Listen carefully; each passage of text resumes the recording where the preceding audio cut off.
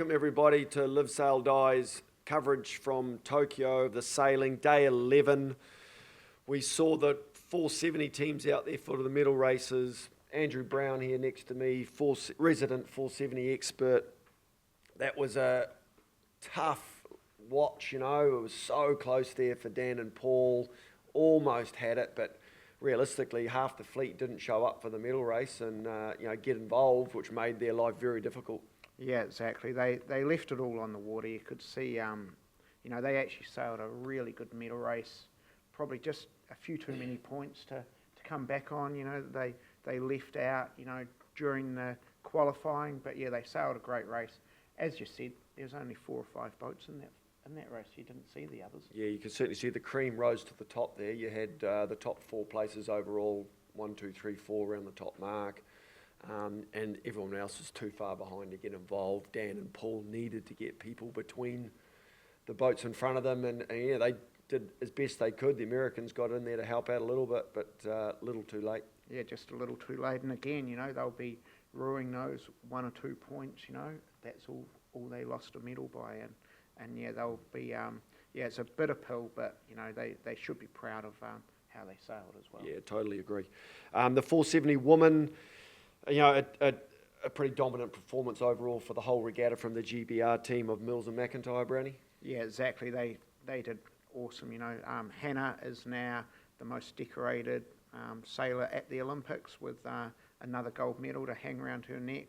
They sailed awesomely. But there's a little bit of controversy at the end of the race with the French protesting. I haven't seen an actual protest in a medal race before.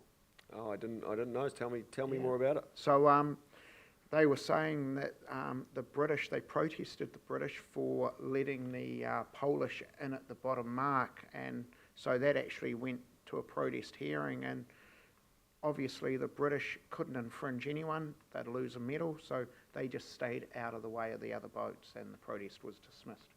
Well, it was always good to have a bit of controversy in the end, but there was a change around at the end there, wasn't there? The Polish ended up taking the silver from the French team. Yeah, exactly. Yeah, it was, again, as we said yesterday, the medal races at this regatta have been exciting. They've been a great watch. Again, close to, I know there were no spectators, but there's a lot of team members out on the breakwater, and the medal races, especially, I guess for me, the Finn one was probably the most special, the closest. But yeah, the medal racing has been good at this regatta. Now, so Brownie, if we look back at the Olympics now as a bit of a review, you'd have to say for the New Zealand team, coming away with a pretty disappointing result. Really, it certainly wasn't what they're after. 1 silver medal. They would have had a lot higher expectations than that going into this games. Yeah, Rio 5 years ago was their most successful Olympics. We had a lot of the team members from that Olympics going into this one, so they would have been really looking to improve on that Rio performance, and for them, 1 silver medal, they'll be really disappointed, and not more, and I know that there's a lot of public that are disappointed here in New Zealand, but the sailors themselves, they've put their hearts and souls into this. They'll be the most disappointed from this one. Oh, exactly. We can sit back on our couches watching and critique all we like, but there's no one that's ever harder on themselves, critiquing their own performance, as you say, and we had 5 of our 6 crews were in Rio this time round, so they know what success is like. That would have driven them over this last 5 years.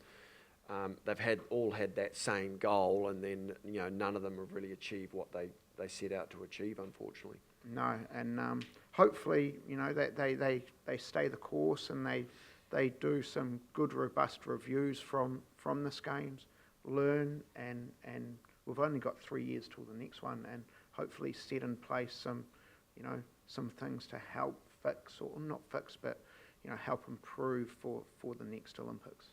Have to say a very impressive display from the GBR team yet again in sailing. 5 medals, 3 gold, a silver and a bronze, to easily be the top country. Yeah, and when you come to performance, we were talking, at the start of this 2 weeks about, for example, Giles Scott.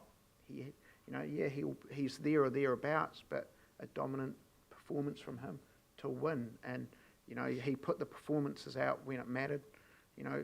Dylan and Stu in the 49ers, they won. And I didn't even pick them in the medals. And so, yeah, we saw the performance when it mattered from the GBR team. Yeah, so we have, if we look down the medal table and just taking sailing, for instance, you've got the GBR clearly out in front. Australia had 2 golds, impressive performance. The Dutch, China, Denmark, Brazil, Italy, all with gold medals. New Zealand sitting down in 11th on the medal table with Croatia, Hungary and Poland. Probably not countries we're normally sitting around. No, exactly. So yeah, this has been, for the New Zealand sailing team, this has been the worst Olympics since 2004 when I was at those Olympics. We didn't win a medal, and that one there has been, even before that we'd always won medals, and yeah, that was a disappointing one. So I'm sure they're going to have some reviews and see what they can do to improve for the next time. Yeah, 100%. I'm sure they do that after everyone. I have full confidence they'll be doing that very thoroughly. So if we just look quickly through our teams that were in Tokyo, Brownie, Josh Jr. in the Finn, 5th overall. He was 7th in Rio. He was in the hunt, he was in medal position with one leg left of the medal race, but probably like some of our other sailors in the fleet, just left too many points out there through the qualifying, going into that medal race, needed everything to fall his way and it didn't quite happen. So probably just left a few too many points out on the table early on. Yeah, exactly. And again, you can go back the what ifs, what if he saw that Japanese boat in the first race when he was having a good race, and if you look at a lot of our guys, their first days weren't as stellar as they could have been. He had a 12 and a 10 out of a 19 boat fleet as a bad day. And again, all these guys, with 2 weeks to go, their build-ups, I know there's been COVID involved, it's been there for everyone, but all these guys, their build-ups, they're great sailors, we know that. He was 3rd at the Finn Gold Cup and he won it 2 years before, so, he'll be disappointed, but,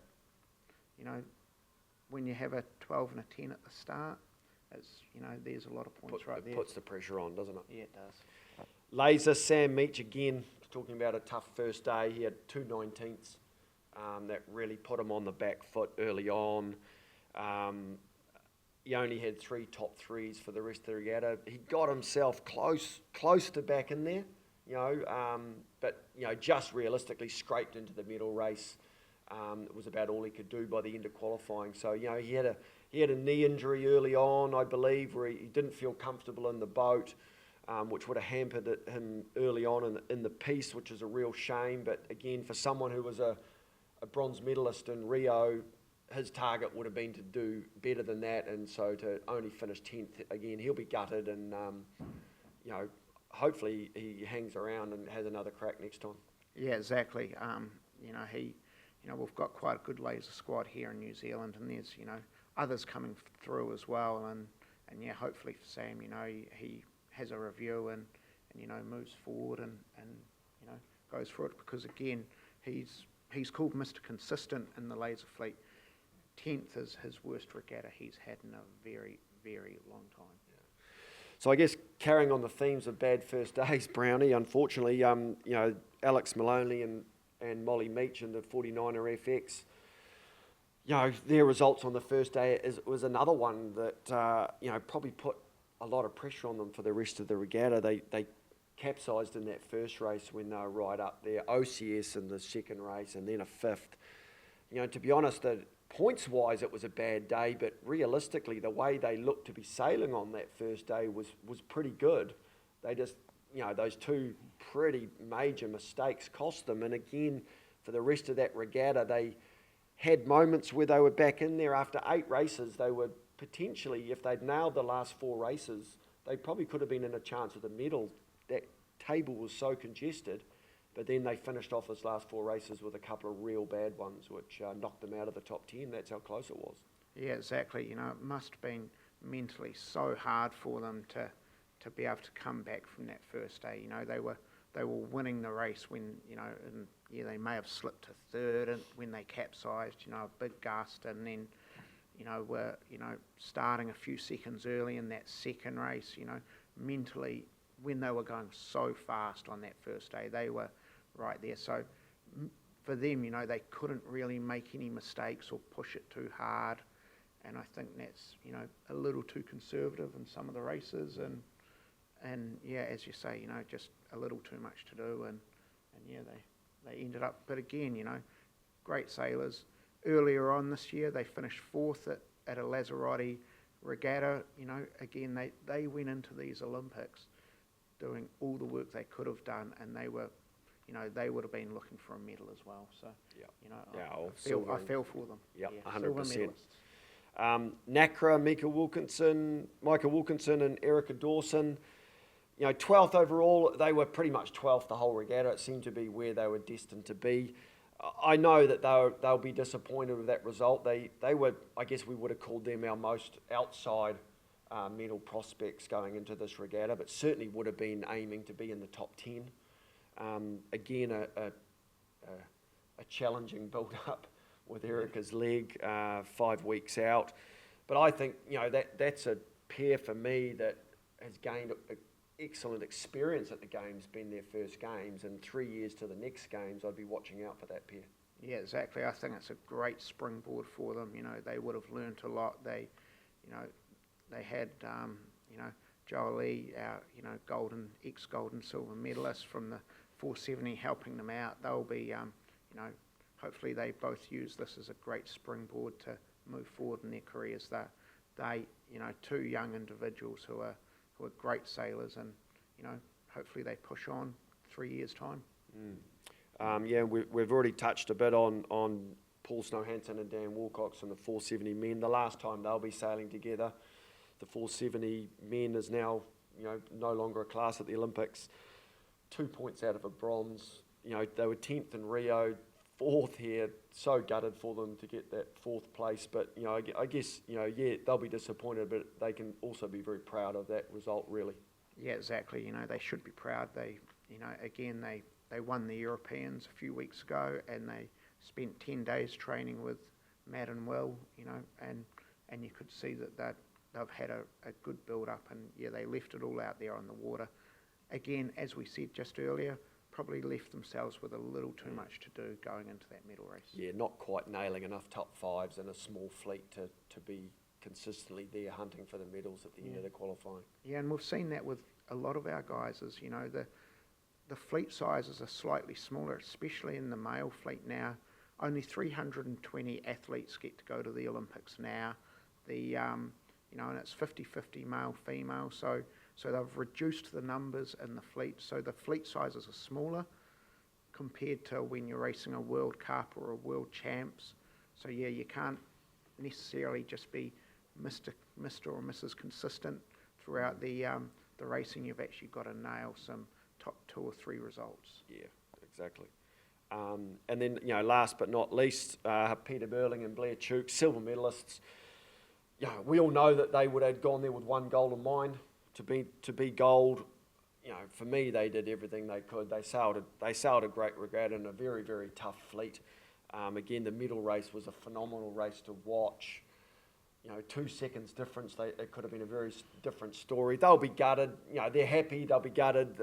Very, as we've seen their interviews, mixed emotions. But crikey, a silver medal to go with their already silver back in London and gold in Rio. That's I think that's awesome. Yeah, exactly. And they've got a busy schedule coming up. They'll be flying to Denmark for Sail GP and moving forward. But yeah, they'll review this and the next Olympics in France, in Marseille, where they already won a world champs in the 49er. It's only 3 years away. Who knows if they're going to go again or not? Yeah, well, I guess that's the interesting thing of this whole New Zealand team is, where are we going to be in 3 years' time? We've got quite a few of their sailors, Pete and Blair, you've got Josh Jr. in the Finn, along with Andy Maloney as coach and partner. They're obviously going to be tied up with America's Cup stuff if we find out what's going on with the America's Cup. You know, that could be as early as 2023 here in New Zealand. Potentially could be 2024, almost conflicting with the games up in Europe if it happens to be up in that part of the world, which is a fair chance. You know, so they would have very different build-ups to a games, or maybe couldn't do a games, depending on things. Obviously, the 470 men no longer a case, so now we've got 470 mixed. So that's going to need new teams to start trialling. 3 years is not a long time. No, exactly. And you know, do we actually have the numbers of people for these guys to sail with?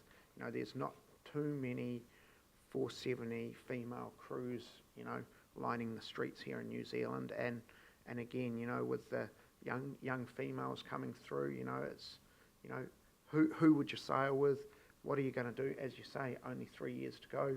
You've got to qualify the nation next year and the year after, and so you're getting selected in 2 years' time. So really, it's only 2 years. I guess so it'll be, you know, a little bit interesting for these classes. You know, certainly the newer ones with the kite falling coming in and wind foiling as well, the windsurfers, how that selection process will run as well with qualification. Will the selection process still be as stringent as it has been in the last little while, or will it need to be relaxed to give the chance for some of these teams to build up from scratch? Yeah, exactly, and I guess that'll come out, you know, in the wash in the next few weeks. Yeah, big shout out to our sponsors, B&G, and also to PredictWind, who over these, you know, last 10 or 12 days with the Olympics on, I've been looking at the weather every day, getting their current models. There's a lot of current out on that medal race course yesterday. PredictWind predicted that well. Again, their forecasts have been pretty bang on the last 10 days. I've been, you know, for a person that's quite picky, I've been really, really impressed with how accurate those guys have been with their forecasts. It's been awesome, you know, definitely, you know, go search them out, use them wherever you're racing in the world. They're awesome. So yeah, it's been amazing. Yeah, and a shout out to Sailing Energy. Thanks for all the cool picks coming out of Tokyo. We've enjoyed bringing this to you. Cheers, Brownie. Thanks, Cam. See you guys all soon.